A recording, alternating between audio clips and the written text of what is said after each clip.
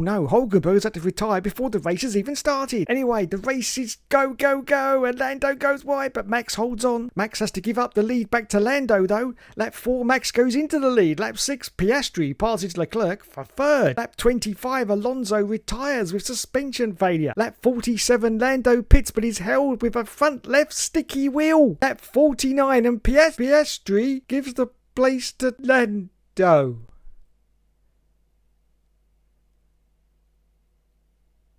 Oh, that's it. I'm out of here. Fuck's sake.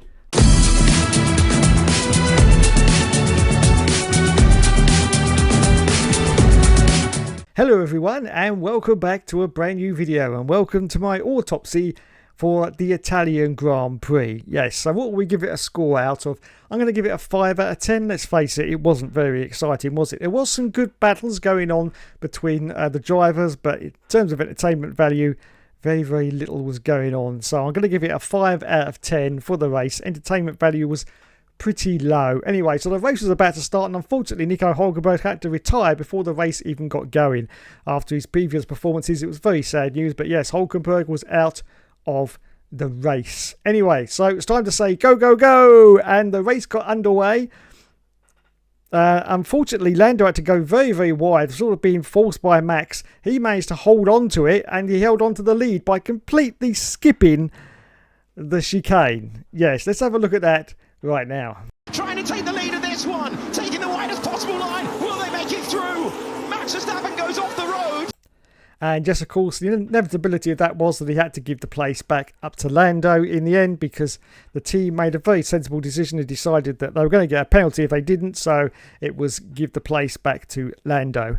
Anyway, on lap 4, it was a bit of a moot point anyway, because Max did actually go into the lead. Then on lap 6, Oscar's Piastri passed Leclerc for third position. And on lap 25, Alonso retired with suspension failure. This was quite bizarre, I have to say. I haven't seen this kind of suspension, but you could see it was the front wishbone of the suspension. I haven't seen a suspension fail like that so dramatically since, I think the commentators said, since Kimi Raikkonen in 2005, when of course they all had to carry on with their hard tyres for the whole duration of the race. Yes, I haven't seen that before. I mean, previous to that, I would have to say Damon Hill's collision with Michael Schumacher on the final Grand Prix when he completely bent his wishbone. But yes, I haven't seen a wishbone failure like that for a very long time. And he only sort of got it up onto the curbs, and it just, you could just see it just snapped. So it's very bizarre. Let's have a look at that right now. And Fernando Alonso is stopping. Looks like a puncture. Exit of Ascari is what we're looking at over the curbs. So anyway, then on to lap 34. It was time for the cars to make their pit stops. Leclerc pitted for the hard tyre. A couple of laps later, Max pitted also for the hard. On lap 39, Lewis Hamilton pitted also in his Ferrari car. Then on lap 41, Sainz and Berman collided. This was quite a bizarre collision, and let's have a look at that right now. Got the momentum, trying to go the long way round. There's the contact! And the McLarens have passed the pit entry. Yes, and he's got a very nice girlfriend, has Carlos Sainz. Now, this is a problem. This is a problem. I can see desperation creeping in. And don't forget, of course, I just said he's got a very nice girlfriend. And she's going to want results in and out of the car. And if he's not delivering those results, then, you know, we could end up with a Kelly Piquet situation. Possibly. Allegedly. That's all I'm saying. That's all I'm saying. But Carlos Sainz, he's looking a little bit desperate right now. He's lunging for moves that aren't really there. I mean, I don't know whose fault that would have been, to be honest, whether it was a 50-50, I'm not quite sure. But yeah, a little bit of desperation creeping into Carlos Sainz. Last few races, he just is not on form. He really isn't. And the results are clear to see. It has to be said. Anyway, on to lap 46, and then Piastri came in for his pit stop, and then we came to, quite simply, one of the most bizarre things I've seen in Formula 1 for quite a few years. Yes. On lap 47, Lando Norris came in for a pit stop, and unfortunately, his front left, it was a sticky wheel nut, as we used to say. Yes, they tried to put it on, and then his wheelman gave him a little tap to say, I think you better give that another go. So he did give it another go, and then he was away. But unfortunately, he lost nearly, it was a 5.9, I think, second pit stop in the end. So yeah, huge amount of time lost. Let's just have a look at that pit stop right now. Until now, what went on? So front axle service, the front left, you could see it took a while, they weren't sure. So here's the thing. He made the pit stop, and then, I can't even believe I'm going to say this, on lap 49, Piastri was given a team order. A team order. Now, this is the McLaren team themselves. So I don't want everybody to start blaming the FIA, and I certainly don't want certain people to start making 1,000 videos about this situation, because this was nothing at all to do with the FIA. This was purely on McLaren's shoulders. They gave a team order that Piastri should let Lando Norris past. Oscar's pastry didn't understand the team order whatsoever, and we can listen to his reaction right now. I mean, we said that a slow pit stop was part of racing, so I don't really get what's changed here. So he did it reluctantly, and quite frankly, I'm amazed. I'm absolutely amazed. McLaren, I'll tell you, they're about as retarded as the people on Alien Earth right now. Yeah, it's just, I've never seen anything so ridiculous in all my life.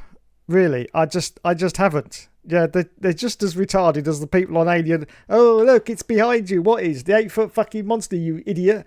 Oh, they're just, that was such a poor decision. Things happen in Formula One. There's nothing you can do about it. You get a sticky wheel nut. That's just a fact.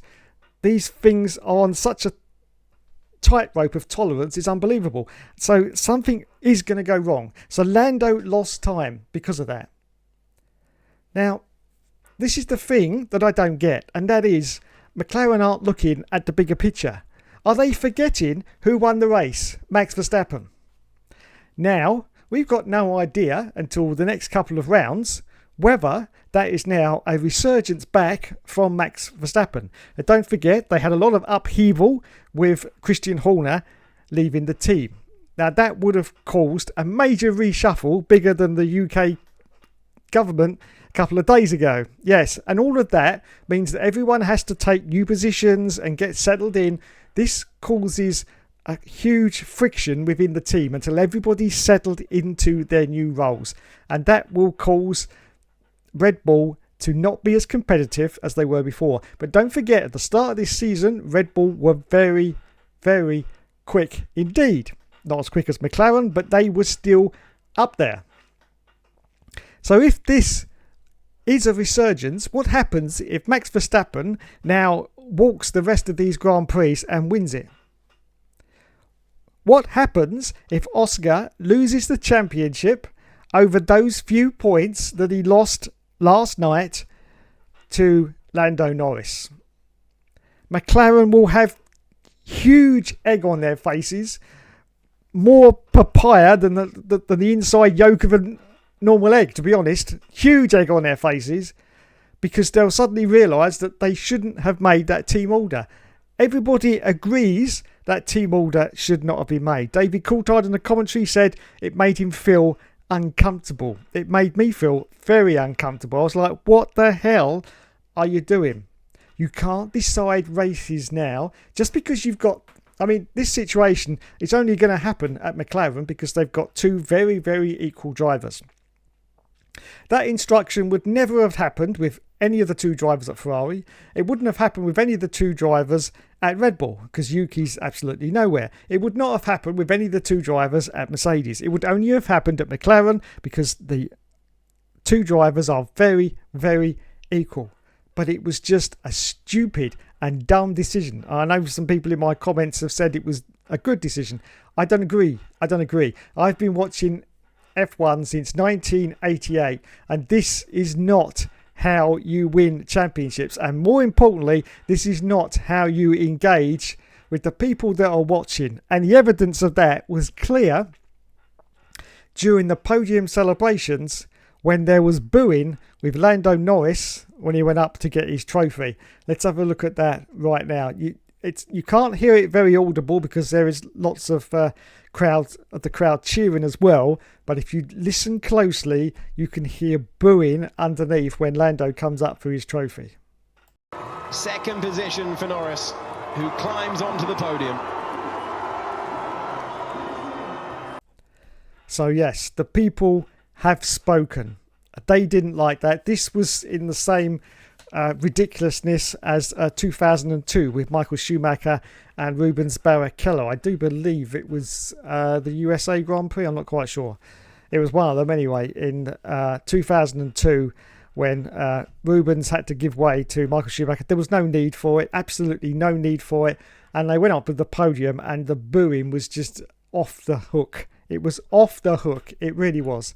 It was just ridiculous and totally justified because there was no need for it. And there was no need for McLaren to issue a team order. Now, I'm feeling sorry for Oscar because clearly that was a message from McLaren saying, we know you're winning the championship, but we are favouring Lando Norris. And that's it. The reason for that is quite simple. Oscar's pastry, I'm going to call him by his proper name for just for this next segment. Oscar Piastri is Australian. Okay? The last Australian to win a world championship was 1980 with Alan Jones. I didn't even need to look that up because I knew that because it was in my head. Alan Jones in 1980. Now, Australia, is a very popular country. Very popular country. But in terms of Europe, it's a pretty much... not really many people in Europe care too much about Australia. But, Lando Norris is a British driver. Yes, a British driver. And with all of that comes all the pomp and circumstance and bullshit of winning a world championship. You know what it's all about. You know what it's all about. Oscar would be going to sleep last night and thinking, well, they're definitely favouring Lando now. And that is just not on. That is just not on. It was a stupid decision by McLaren to even issue team orders. Why on earth would they even bother to do that when it was just over a matter of a few points? I'm actually hoping now that Max Verstappen is going to win all the remaining races. I want to see that happen, and I want to see the egg on McLaren's faces when they lose the championship over this incident. I want to see that happen because, frankly, they deserve it. They really do. Now, I don't think it's going to happen. I don't think Max is suddenly going to resurge. I think this was a very good race for Max, but I don't think he's going to have the ultimate pace in the following rounds. But I would just love to see it. I really would, because... Now, I've been on the forums looking around the internet, and everybody on the forum pages, anything to do with Formula One, are pretty much outraged that this could even have been a thing, because McLaren engineered a motor race. I'm not gonna use that word. Shall I use that word? All right then. McLaren fixed a motor race. I hate that word because of a certain... McLaren fixed a motor race. They did. They fixed it because Lando got a poor pit stop. He could have just stayed where he is and he would have been fine. But no, they told them to swap over. And I was just like, what the hell are you doing? What the hell are you doing? Now, this is just fuel to the fire for all those conspiracy nutcases out there who have made about 1,000 videos over Abu Dhabi 2021. It just puts fuel into the fire. It really does. It just makes people think that this is just Drive to Survive. It's a made up Netflix show, and I can perfectly understand where they're coming from. I really can. It looks very, very bad for the sport. Very, very bad indeed. It really does. And it was completely unnecessary. Completely unnecessary. So on lap 51, we actually had Max making a comment of the driver swap. He was actually laughing about it, saying, what? Because Lando lost time in the pits. He just couldn't believe it. Max couldn't believe it himself, and I don't think anybody else could either. It was just a ridiculous situation. I mean, there's nothing can be done about it because you are allowed team orders. The FIA can't give them a fine. They can't do anything. Okay? Now, here's the other thing you have to remember. Okay? You have to remember this because a lot of people are getting a little bit too obsessed with Formula One. As I say, I've been watching it since 1988. Formula One is a TV show. Okay? It's a TV show for your entertainment. It always has been and always will be. And we talk about fixing in Formula One and all this. I'm sorry to burst your bubbles, all you conspiracy theorists out there, but sport has been fixed probably since Judah Ben-Hur won his first chariot race, to be honest. I mean, there's been fixing in all sports, not just Formula One. So I find it amazing that people get on such a high horse just because it's, the high profile sport that's supposed to be up there, that everyone goes, oh, no, let's fix. Of course, there's fixing in all sports.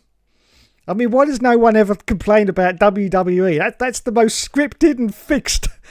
I mean, it's a sport, isn't it? A sport. I mean, surely it's a sport, isn't it? It's still classed as a sport, but it's the most scripted and fixed thing that you could ever have. Nobody complains about that. No, but Formula One, Abu Dhabi 20. Oh my goodness, let's not go down there. But you've got to remember, it's just a TV show. Yes, what you're watching is pretty much the same as your episode of EastEnders. That's all it is. It's just a TV show. So there's no good in losing your mind about it. It really isn't, because it's just it's just on the telly. It's something you watch on the telly. I know. It's infuriating. I got really mad about this situation. I know it's infuriating, but it's just a TV show. Yes. It's like watching an old episode of Arrow. It doesn't mean anything. No. It's just a TV show. And, it's going to continue along this vein. Now, because I pointed out 2002, so this is to say that it has happened before. So it's not a new thing, just because it's been a while, although McLaren seem to be the ones doing it all the time over the past few years with these driver swaps. But it has gone back to the past, and we have had team orders. Team orders have been a thing, so it's nothing new before everyone, who's new to Formula One just come in over the past few years, starts losing their rags and going, oh, no.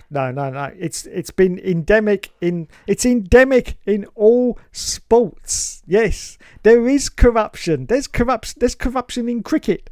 Yes, I remember cricket quite a few years ago. There was a huge corruption scandal in cricket. Yes, huge corruption scandal. I think it was to do with India. Anyway, huge corruption scandal. But any sport, you just Google any sport and you will find corruption. Football, there's corruption in football. We all know that. So there's going to be corruption in Formula One as well. But, there's nothing we can do about it. The only thing we can do about it is push the standby button on our TV and not watch it if we don't want to. That's entirely our choice. That is our freedom to do as we want. And if we don't want to watch it, then we don't have to watch it.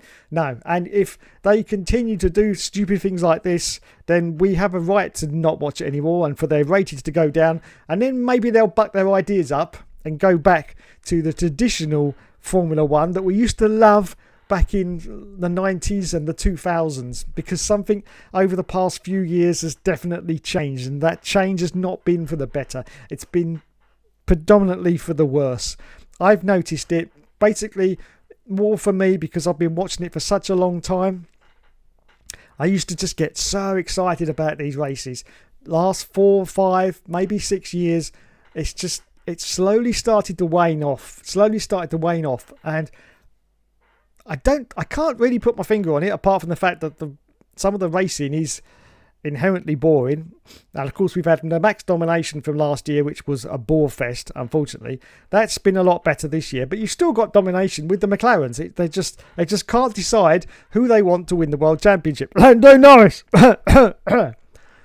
We know it. But anyway, I do feel sorry for Oscar's pastry for just being thrown under the bus, because he was thrown under the bus.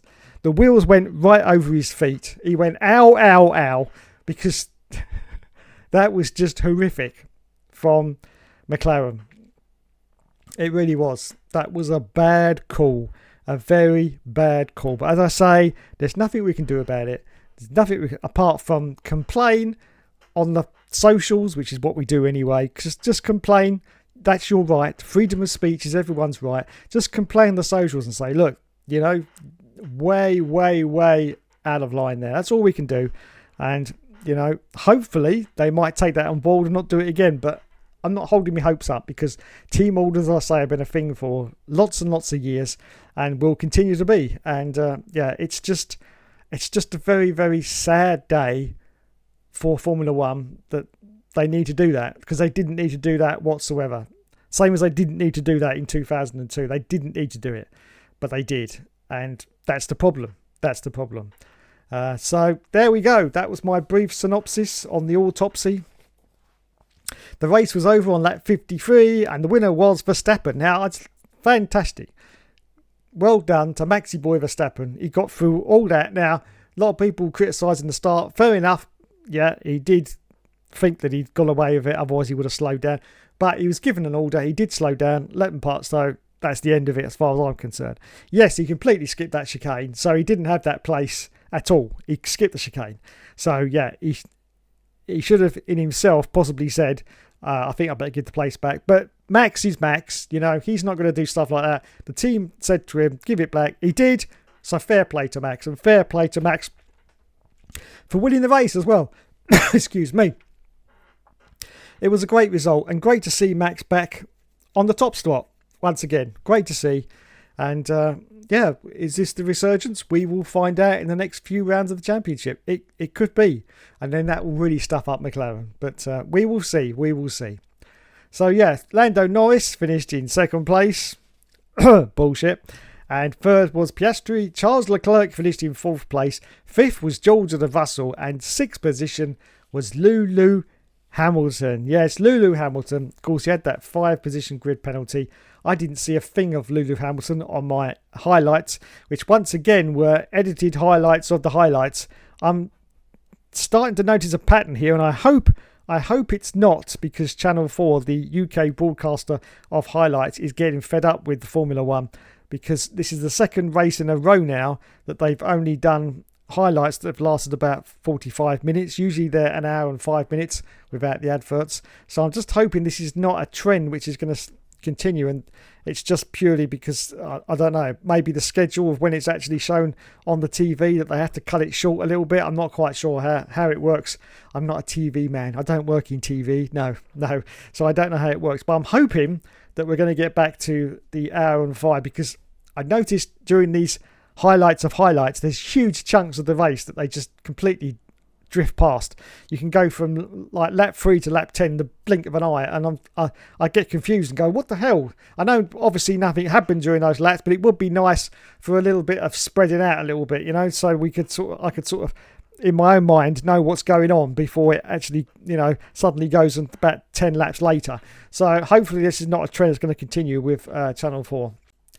Okay, I nearly forgot to do this, so I've slotted it in about 3/4 of the way through this video. Then you'll hear me rambling on at the end, and then that'll be the end of it. Okay, so I've slotted it in. Yes, it's the points. Oh my goodness, who can forget the points? So, first place at the moment, still in the lead of the championship, is Oscar's Pastry with 324 points. Second place is Lando Norris with 293. In third position, it's Max Verstappen with 230 points. Fourth position, it's George Russell with 194 points. He is definitely catching Max Verstappen. In fifth place, it's Charles Leclerc with 163 points. Sixth position for Lulu Hamilton with 117 points. Seventh place for Alexander Albon with 70 points. In eighth position, it's Kimi Antonelli with 66 points. In ninth position, it's Isaac Hajir with 38 points. 10th place for Nico Hulkenberg with 37 points. 11th place goes to Lance Stroll with 32 points. Fernando Alonso has got 30 points in 12th position. And in 13th place, it's Esti Besti with 28 points. 14th 19th goes to Pierre Gasly in the Alpine with 20 points. 20 points also for Liam Lawson in the Racing Bulls. Gabriel Bortoletto in the Kick Sauber has got 18 points. And in 17th position, it's Oliver Behrman with 16 points. Also, Carlos Sainz with only 16 points in the Williams. Yuki Tsunoda in 19th with 12 points. And bringing up the rear, the two Alpine, one of them's a driver anyway, Franco Colapinto and Jack Doohan, who is back to be the test driver in Formula 1. Those are your point stand-ins after Italy. So there you go. Hamilton finished in 6th position, and that was the end of the Grand Prix. Now, once again, you lovely people will let me know in the comments, because you always do. You always do. Let me know what you think in the comments. I know what you're going to say, apart from one person who might disagree with me, but that's okay. That's okay. I won't name the person because that's just being petty.